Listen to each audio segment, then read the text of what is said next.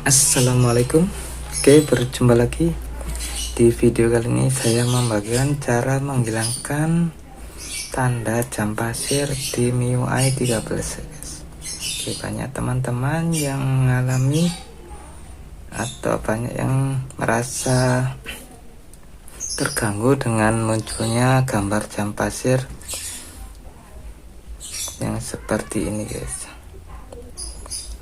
Seperti halnya kita buka aplikasi dan di sini muncul ada tanda jam pasir, guys. Oke, bisa kalian lihat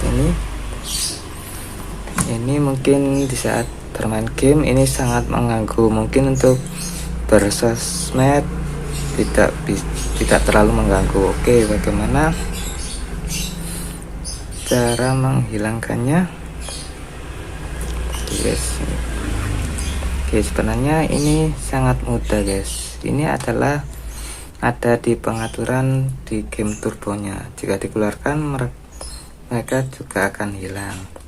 Jadi untuk menghilangkannya atau menonaktifkannya, kalian tinggal geser yang ada di sini, guys. Di sini. Oke, kita lihat dulu di mana jam pasir tadi. Nah, di sini. Kita geser. Di sini ada yang namanya timer. Kalian klik aja ke sini.